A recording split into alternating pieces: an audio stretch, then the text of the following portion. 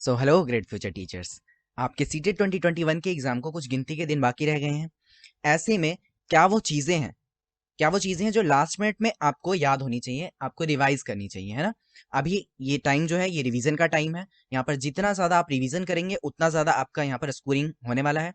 इसीलिए इसीलिए हम लेकर आए हैं लास्ट मिनट रिवीजन सीरीज, यानी लास्ट मिनट में क्या वो चीजें हैं जो आपके दिमाग में होनी चाहिए, ये चीजें हम डिस्कस करने वाले हैं आने वाले 5 दिनों में। ठीक है, 5 सब्जेक्ट हैं आपके और शुरुआत हमने की है ईवीएस के साथ। ठीक है, आज हम डिस्कशन करेंगे ईवीएस का। इसके बाद आपको सीडीपी, इंग्लिश, हिंदी, मैथ्स, इन चारों सब्जेक्ट्स की पेडागोजी का revision, last minute revision series मेरे चैनल पर यहाँ पर आपको मिलने वाला है। ठीक है, तो ये वो 15 नंबर की पेडागोजी है।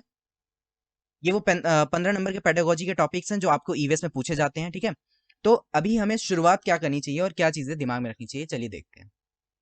सबसे पहले हम ध्यान रखेंगे प्रोसेस स्किल्स का। प्रोसेस स्किल्स ईवीएस में क्या होती हैं, जैसे observing, classification, measurement, communication, inferring, predicting. अब ये होती क्या है? ऑब्जर्वेशन, एक बच्चा अपनी आंखों से चारों तरफ जो अपने आसपास देखता है या अपने जो कानों से सुनता है, यानी कि अपने सेंसेस का यूज करके जो वो स्टोर करता है अपने अंदर, उसको हम कहते हैं ऑब्जर्वेशन। ठीक है, जो भी चीजें वो अवलोकन करता है वो है ऑब्जर्वेशन। क्लासिफिकेशन क्या है? चीजों का वर्गीकरण करना, चीजों को उनकी प्रॉपर्टीज के हिसाब से अलग अलग करना। जैसे एक जानवर 4 पैरों पे चलता है और एक इंसान 2 पैरों पर चलता है, तो ये मैंने क्या किया, क्लासिफिकेशन कर दिया, उनको अलग अलग कर लिया, तो दिस इज क्लासिफिकेशन। मेजरमेंट हो गया। कम्युनिकेशन क्या होता है? मैं और आप आपस में बातचीत कर रहे हैं, मैं जो चीजें जानता हूँ या जो हम चीजें डिस्कस कर रहे हैं वो किस वजह से कर पा रहे हैं? कम्युनिकेशन की प्रोसेस के थ्रू। ठीक है, तो दिस इज कम्युनिकेशन। इन्फरिंग क्या है? निष्कर्ष निकालना, यानी कि कंक्लूजन बनाना।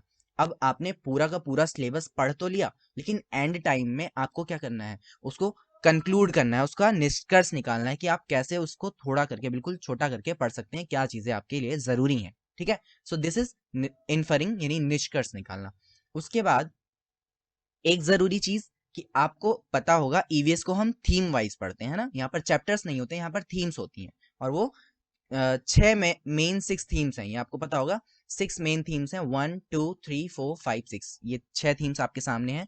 पहला फैमिली एंड फ्रेंड, दूसरा फूड, तीसरा वाटर, फिर शेल्टर, फिर ट्रैवल, और उसके बाद things we make and do. बच्चा जब सबसे पहले जन्म लेता है तो सबसे पहली जरूरी चीज क्या हो जाती है? फैमिली एंड फ्रेंड्स, यानी ये उसका पहला थीम हो गया। उसके बाद सबसे जरूरी चीज है खाना, फिर भाई पानी चाहिए, है ना, फिर उसके बाद शेल्टर भी चाहिए, कहीं ना कहीं वो रहेगा। उसके बाद ये सारी चीजें जब पूरी हो जाती हैं तो वो कहीं ना कहीं आएगा जाएगा, दैट इज ट्रैवल।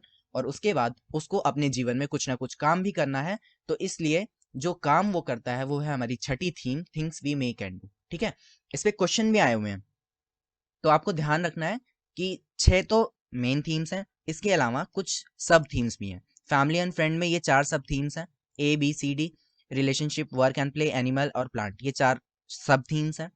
उसके बाद फूड में है कुछ सब themes, testing, digesting, cooking, preserving techniques और फार्मर्स एंड हंगर्स। ठीक है, इसके अलावा बाकी में सब थीम्स नहीं है, सिर्फ 2 में ही है, तो ये आपको ध्यान रखना है। क्वेश्चन में डायरेक्टली पूछा गया है, 3 ऑप्शन आपको दे देगा, फैमिली, फ्रेंड, फूड, वाटर और चौथा एनिमल। ठीक है, ये 4 ऑप्शन आपको दे दिए और पूछ लेगा कि इसमें से एक सब थीम कौन सी है, तो आप क्या बताएंगे?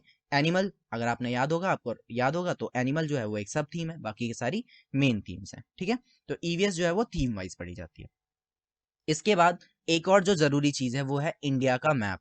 एक एग्जाम्पल के लिए मैं आपको बताता हूँ, प्रीवियस एक ईयर एक क्वेश्चन आया हुआ था कि तमिलनाडु के पड़ोसी राज्य कौन कौन से हैं, तो क्या हो जाएगा यहाँ पर आंसर? अगर आपको मैप याद है, अगर आपने मैप पढ़ा है, तो आपको पता होगा भाई तमिलनाडु कहाँ पर है। तो इसके पड़ोसी राज्य कौन से हैं? आंध्र प्रदेश हो गया, कर्नाटका हो गया और केरला हो गया। इन तीनों से इसके राज्य की सीमाएं लगती हैं, तो ये हो गया इसके पड़ोसी राज्य। तो इस तरीके से आपको ये मैप बिल्कुल दिमाग में बसा होना चाहिए कि इंडिया का मैप कौन सी चीज कहाँ पर है। ठीक है, एक चीज और आपको यहाँ पर पता ही होगी कि ये डायरेक्शन जहां पर ये सारे राज्य हैं, ये आपकी ईस्ट डायरेक्शन है, इधर आपका ये वेस्ट डायरेक्शन है, ये ऊपर की तरफ जो ये पहाड़ी एरिया, ये सारा आपका नॉर्थ डायरेक्शन है, और नीचे ये समुद्र तल तल का जो एरिया है, ये कौन सी डायरेक्शन है? साउथ। ठीक है, east west north south, direction बहुत जरूरी है, डायरेक्शन आपको पता होनी चाहिए। ठीक है, ये रहा बे ऑफ बंगाल, ये है आपका इंडियन ओशन, ये है आपका अरेबियन ओशन, अरब सागर। ठीक है, एक क्वेश्चन और आया हुआ था कि अरब सागर से लगने वाली भारत की राज्यों की सीमाओं बताओ कि कौन कौन से राज्यों की सीमा अरब सागर से लगती है। तो आपको अगर मैप याद होगा तो आपको पता होगा कि गुजरात, महाराष्ट्र, कर्नाटका, केरला और गोवा की जो सीमाएं हैं वो हमारे अरब सागर से लगती हैं। इसी तरीके से आपसे बंगाल की खाड़ी से लगने वाले राज्यों की सीमाएं भी पूछ सकता है। और और बीच में लगने वाले जो राज्य हैं उनकी सीमाएं कौन कौन से राज्यों से लगती हैं, ये सारी चीजें आपको मैप में ध्यान रखनी है, आपको याद होनी चाहिए। ठीक है, इसके बाद आता है डायरेक्शन। डायरेक्शन मैंने अभी आपको बताया, ईस्ट वेस्ट नॉर्थ साउथ, ये 4 मेन डायरेक्शन है। इसके अलावा 4 सब सब डायरेक्शन है, जो कौन सी है, नॉर्थ ईस्ट, ईस्ट और नॉर्थ के बीच में नॉर्थ ईस्ट, ईस्ट और साउथ के बीच में साउथ ईस्ट। ठीक है, तो इस तरीके से आप डायरेक्शन को याद रखेंगे। अब डायरेक्शन का एक क्वेश्चन किस तरीके से आता है, इसका एग्जाम्पल मैं आपको बताता हूँ।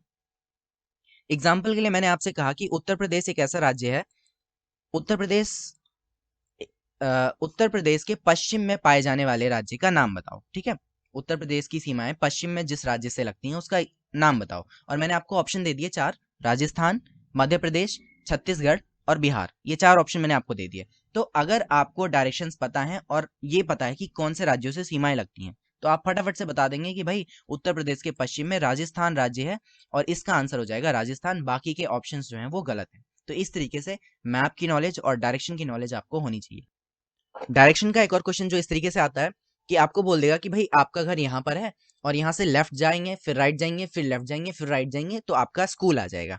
अब आप बताओ कि आपके घर से आपका स्कूल कौन सी डायरेक्शन में पड़ा, तो आप ये डायरेक्शन के थ्रू बता देंगे। ठीक है, इसके बाद हम बात कर लेते हैं टेक्स्ट बुक की, कि टेक्स्ट बुक कैसी होनी चाहिए ईवीएस की। ठीक है, एक जो सबसे जरूरी बात कि आप ये ध्यान रखेंगे, टेक्स्ट बुक जो है वो एकमात्र रिसोर्स नहीं है। टेक्स्ट बुक के अलावा भी बहुत सारी चीजें हैं जहां से आप सीखते हैं, है ना।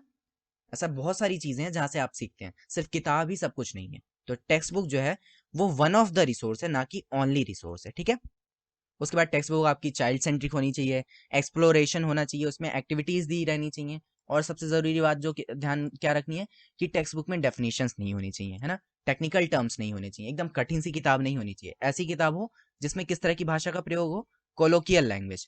कोलोकियल लैंग्वेज का मतलब होता है आम बोलचाल की भाषा। जैसे मैं और आप आपस में बातचीत कर रहे हैं और मैं मान लो कोई कहानी सुना रहा हूँ कि मैं अपने नानी के घर गया जो उत्तराखंड में था, उत्तराखंड में मैंने ये चीजें देखी, तो इस तरीके से किताब में दिया हुआ होना चाहिए जिसको बच्चे समझ सकें और अपनी लाइफ से रिलेट कर सकें, नॉर्मल लाइफ से। ठीक है, उसमें एक्टिविटी दी हुई होनी चाहिए, आपके बच्चे के एज के अकॉर्डिंग सारा मटेरियल होना चाहिए। एक्टिविटी से क्या मतलब, जैसे आपने एनसीईआरटी में पढ़ा होगा कि लद्दाख में बच्चे जो हैं वो ट्रॉली से स्कूल जाते हैं, ऐसे ही असम में बैम्बू के ब्रिजेस होते हैं और उस पे बच्चे पकड़ के स्कूल जाते हैं। और उसमें ही एक एक्टिविटी दी हुई है एनसीईआरटी की किताब में कि आप 4 ईंटों को आगे पीछे करके रखेंगे और बच्चों को उस पर चलने के लिए कहेंगे। तो इससे क्या होगा, जब बच्चे इस तरीके से उस पे ईंटों पे चलेंगे तो उनको पता चल पाएगा कि उन बच्चों को कितनी प्रॉब्लम होती होगी जो ट्रॉली या फिर बैम्बू ब्रिजेस पे सफर करते हैं, है ना।